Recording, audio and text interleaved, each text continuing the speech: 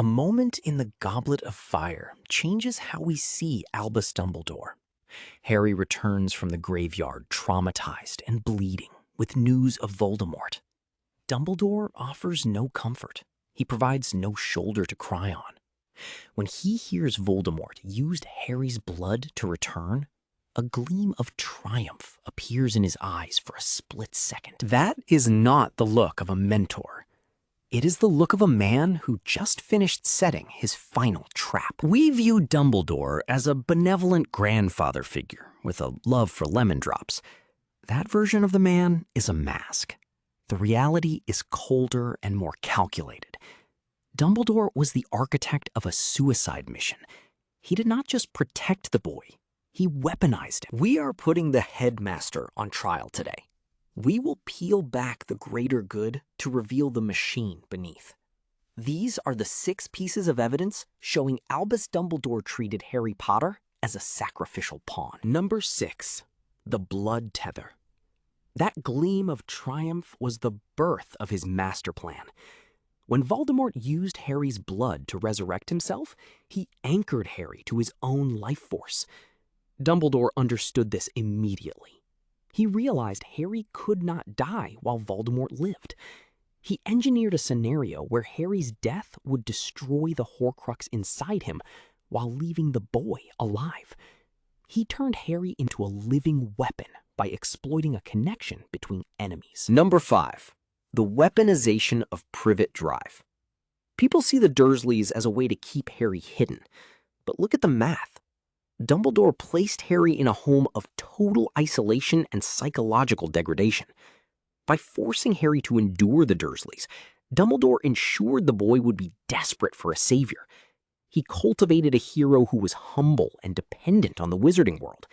It was a psychological forge designed to create a soldier who would never question his commander. Number 4, the strategic distancing. During the rise of the Order of the Phoenix, Dumbledore became a ghost. He avoided Harry's eyes and refused to speak to him. He allowed the boy to suffer through nightmares while the world turned against him. Fans say this was to protect Harry from Voldemort's mind. That is a convenient excuse. Dumbledore needed to keep his hands clean. He let a teenager spiral into instability to maintain his own plausible deniability. Number 3, the grooming of Severus Snape. Dumbledore shackled a man to a corpse. He took Snape's guilt and love for Lily Potter and turned them into a leash. He knew Snape was the only person who could bridge the gap between the Death Eaters and the Order, so he manipulated him. He kept Snape on the hook for years by dangling the promise of redemption.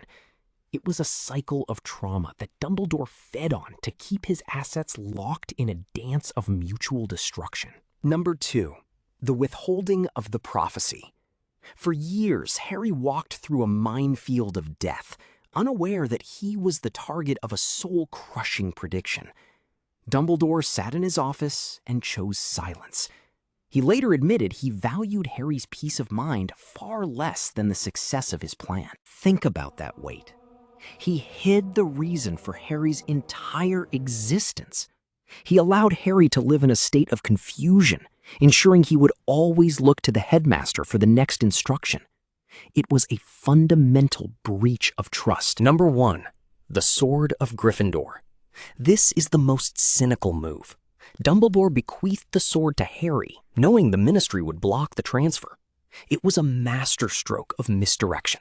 He just needed to bait the trap.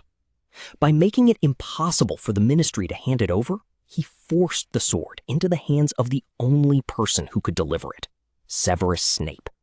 He turned his own murder into a catalyst for victory. He left a script that forced every actor to play their part. Defenders of Dumbledore say he was a man of his time, making impossible choices to save the world. They call him a tragic hero who bore the weight of 1,000 lives. Is that the truth? Or is it the story he wanted us to believe? Was Dumbledore a savior, or was he a villain hiding behind a school uniform? Was his greater good just a name for his own ego? Look at the evidence, the manipulation, the secrecy, the use of a child. It is time to stop making excuses. Is Dumbledore the hero of this story, or is he the most dangerous man who ever lived? Let us know in the comments.